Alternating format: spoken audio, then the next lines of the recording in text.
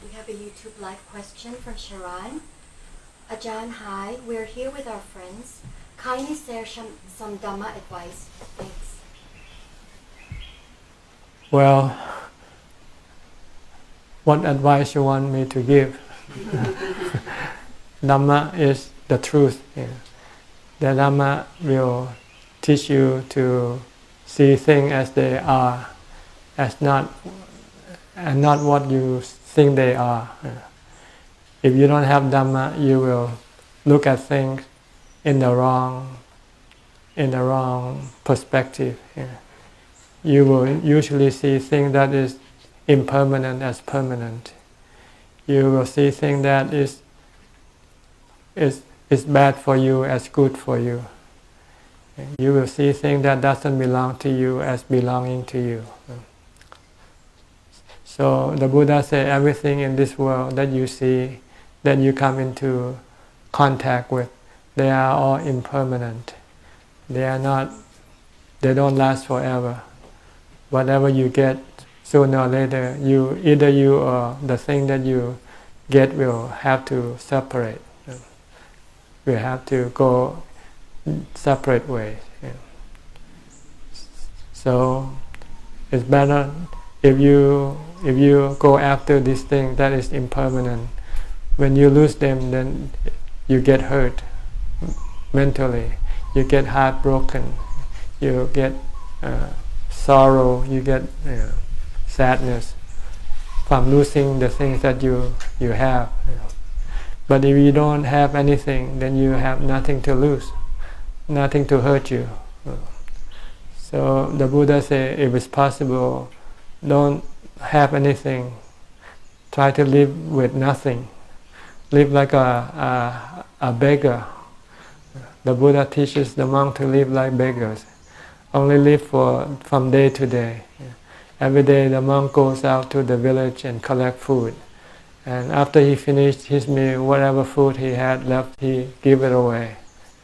And not storing, because it's a burden to the mind, to the heart. Try to live simply. Try to live with as little as possible. Just the basic necessity of life. The four requisites of life is food, clothing, shelter, and medicine. Once you have this, then you should tell yourself, enough. I shouldn't have anything more than that. If you want more happiness, don't seek it from the things that you find in this world, because instead of giving you happiness, they will give you sadness and sorrow, because you will have to lose them one day, sooner or later. But the Buddha said you should seek another kind of happiness, the happiness that you can acquire from making your mind become calm and peaceful by the practice of meditation. So once you have the basic necessity of life, the four requisites of life, then you should turn your attention toward practicing meditation. Instead of going out and have happiness from entertainment, from going on a holiday, from travel, or from buying things, you should pour all your resources toward the practice of meditation.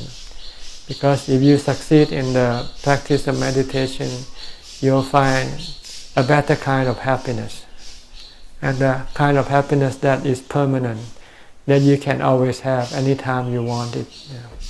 Not like the kind of happiness that you are having right now. Sometimes you have it, sometimes you don't have it. Sometimes you have it, then sometimes it just disappears. Then you have to keep looking for new happiness. And no matter how much you get, you will always lose them in the end. So come back and try to look for a new kind of happiness. The kind of happiness that the Buddha had discovered is the happiness of peace of mind, which you can get from meditation. Meditation here is to focus your attention on one object only, such as your breath. When you sit, you close your eyes and focus your attention on your breath. Keep watching your breath, in and out breath, at one point, at the tip of the nose, where the air come into contact with the body. Don't follow the air inside or don't follow the air outside. Just stay at one point, at the entrance, at the tip of the nose, where you can feel the contact of the air and the body. If you can stay focused on one point, your mind will become calm eventually. And when your mind become calm, you feel happy, light, content. You don't want to have anything. You don't need anything. And once you know how to do this, then you can always do it anytime you want it to. If you sit and you cannot focus, it means you don't have mindfulness strong enough. So before you should try to develop mindfulness first, which you can do all day long from the time you get up to the time you go to sleep, by just fixing your attention on something such as a mantra. You can recite Bhutto, Bhutto while you do things. Instead of letting your mind think aimlessly, you force it to only think of Bhutto, Bhutto, Bhutto while you do things that don't need to use your thought, such as brushing your teeth, washing your face, combing your hair, getting dressed, eating, so forth. You should try to restrain your thought by using the mantra Bhutto, Bhutto. If you can do this, then you will have strong mindfulness. And when you sit, you can then focus on your breath. Or you can use the mantra if you like. If you like the mantra, you can continue using the mantra while you sit in meditation. And if you don't think about other things, then your mind will become calm and peaceful and happy. Then you don't need to spend money on things, spend money on your vacation, spend money on people or whatever you want. Then you don't have to work. Then you become a monk. Okay? So how are you, Charan? I hope you are well. I hope you still continue on with your meditation practice. คำถามต่อไป Next question is a Facebook question from Mr. Tay. Can I choose to Patibat Tham in your temple by just taking 8 precepts instead of becoming a monk? If yes, what is the requirement needed and how to go about extending staying visa? Oh, you have to talk to one of the monks here, which you can go into my website, prasuchart.com, and you can leave a message in they have a place where you can contact us.